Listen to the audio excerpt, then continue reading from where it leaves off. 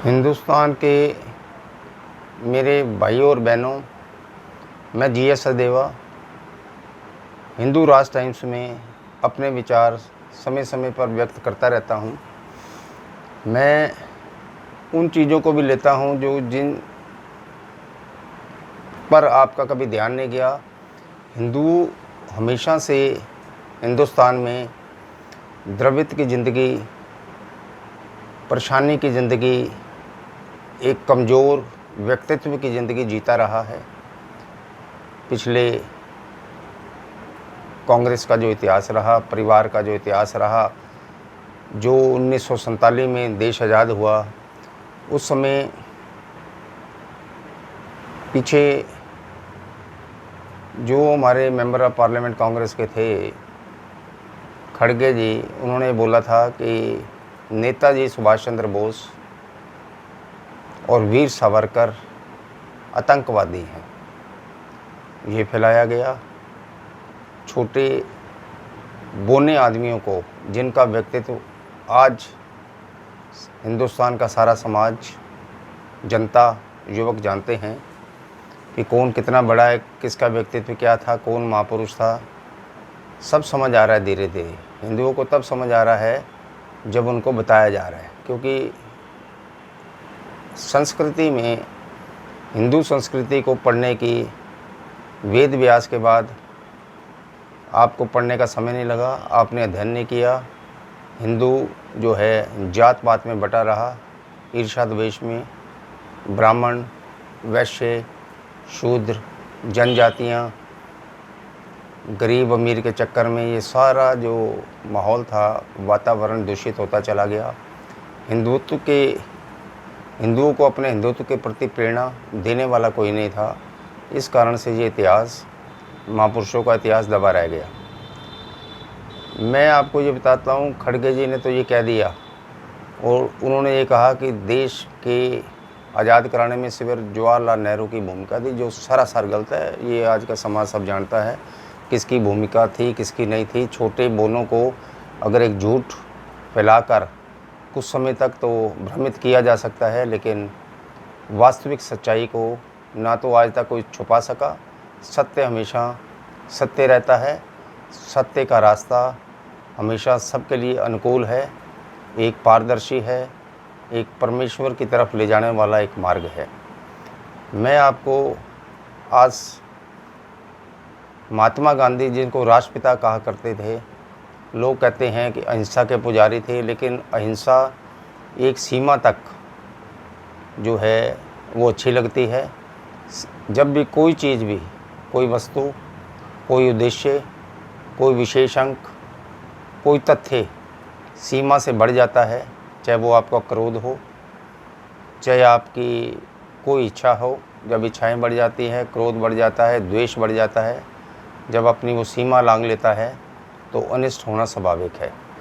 हम लोगों को हमेशा अहिंसा का पाठ पढ़ाया गया। आज तक इन 70 साल में 60 साल उन परिवार का जो राज रहा है, उन्होंने जो सो कॉल्ड मिनॉरिटी जिनको कहते थे, मुस्लिम लोगों को शय देकर आगे बढ़ाने की जो उनकी योजना थी, वो उन्होंने बढ़ा लिया। और जो उनको हिंदुओं को नीचे गिराने की थी, एक नीचे के दर्जे तक रखनी थी, कि 2 दर्जे तक नागरिक बनाने की थी, वो उन अपने प्लान में सफल हुए थे। लेकिन अब वो सफलता सिर्फ कुछ समय की थी, कुछ वक्त की थी। हिंदुस्तान बदल चुका है। असफलता वही है जो परमानेंट होती है, जो स्थापित कर्मों के अनुसार सत्य की ओर से आई होती है। जो आज की सफलता हमारे देश को मिली है मोदी जी के नेतृत्व में।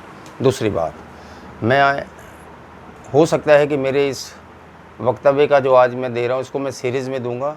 ये आज उसका पहला पार्ट है। मैं आपको बता देता हूँ, एक दिन छोड़ के मैं इस पार्ट को देता रहूँगा आपको। वो पार्ट जो है किस्तों में दूंगा। विवेचना होगी महात्मा गांधी की, कि उन्होंने मुस्लिमों का साथ दिया या उन्होंने हिंदुओं को आगे बढ़ाने की चेष्टा की। इसकी आलोचना भी हो सकती है। कुछ आदमियों को हो सकता है मेरा वक्तव्य पसंद न आए, लेकिन सच्चाई वही है जो मैं आपको अब किस्तों में देने जा रहा हूँ। सबसे पहले मैं इस बात से अवगत होना चाहता हूँ, आप ही हमें बता दो कि महात्मा गांधी को राष्ट्रपिता किसने बनाया। हमारे ऊपर ये लाद दिया गया कि वो भारतवर्ष के राष्ट्रपिता हैं। राष्ट्रपिता की पदवी जो उनको दी गई वो किसने दी थी और क्यों दी थी, सवाल ये है। दूसरा, अगर हम उसको राष्ट्रपिता नहीं मानते, एक इंसान किसी के व्यक्तित्व को देखो अपना पिता नहीं मानता, तो ये कोई गलत संयोजन नहीं है, ये उसके अपने भाव हैं जो कि नहीं मानते।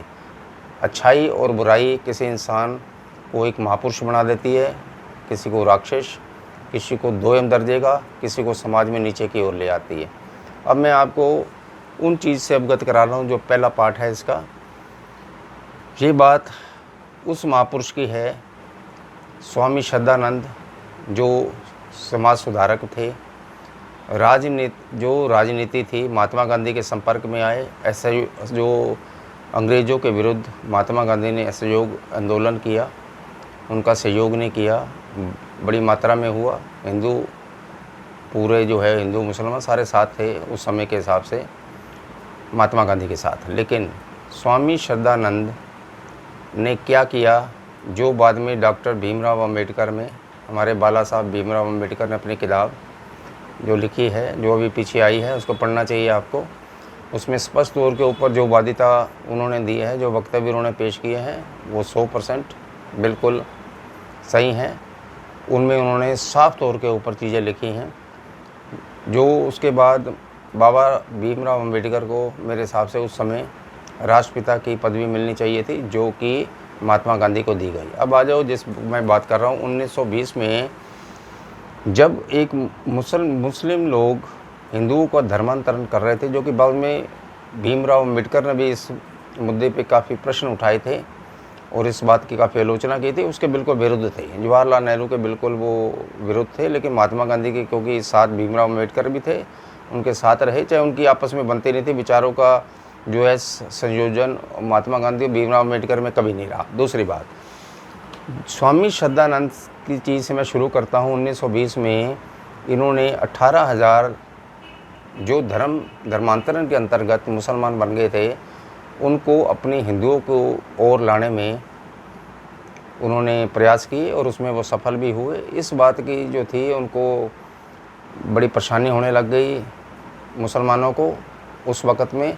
उन्होंने कहा ये कौन से स्वामी आ गए जिन्होंने ये हमारे मुसलमान, जो हम हिंदुओं की तरफ से मुसलमान जिनको बनाया था, वो फिर हिंदू धर्म में चले गए हैं।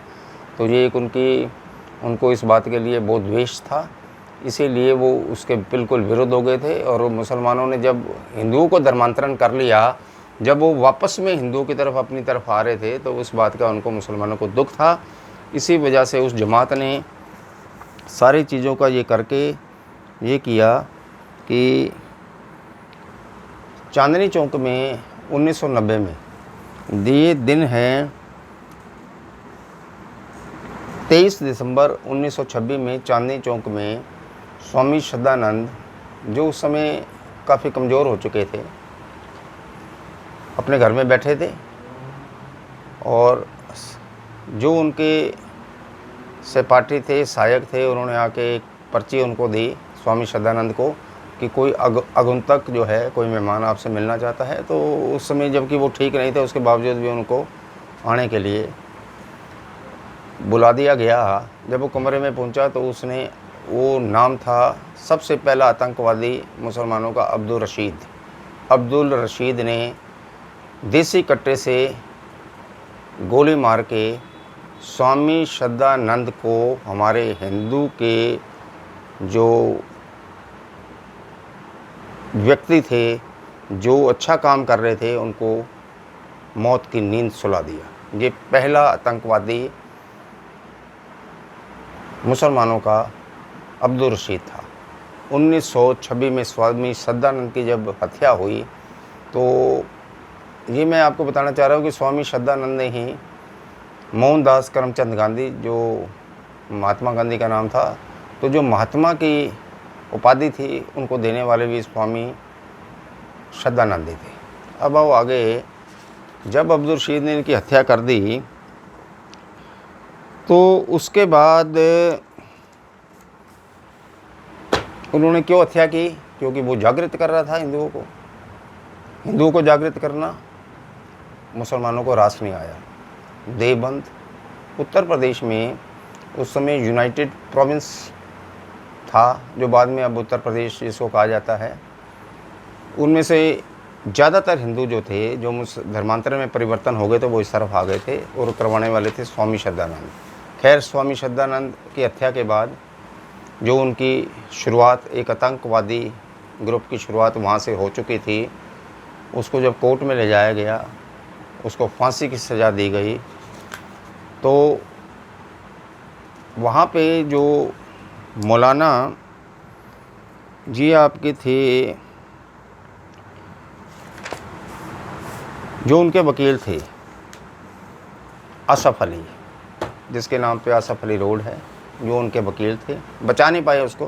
खैर, जो उस समय के कानून थे उसके अनुसार उनको फांसी मिली। तो उसके बाद उपरांत में जो मैं आपको बात बताना चाह रहा था कि गांधी जी एक गुवाहाटी के सम्मेलन में पहुँचे। वहाँ पे कांग्रेस का एक सम्मेलन था और उन्होंने वहाँ पे जो वक्तव्य दिया वो सुनने वाला है, गौर करने वाला है कि महात्मा गांधी हिंदुओं के पक्षधर थे या नहीं थे, इसका फैसला मैं आप पे छोड़ रहा हूँ।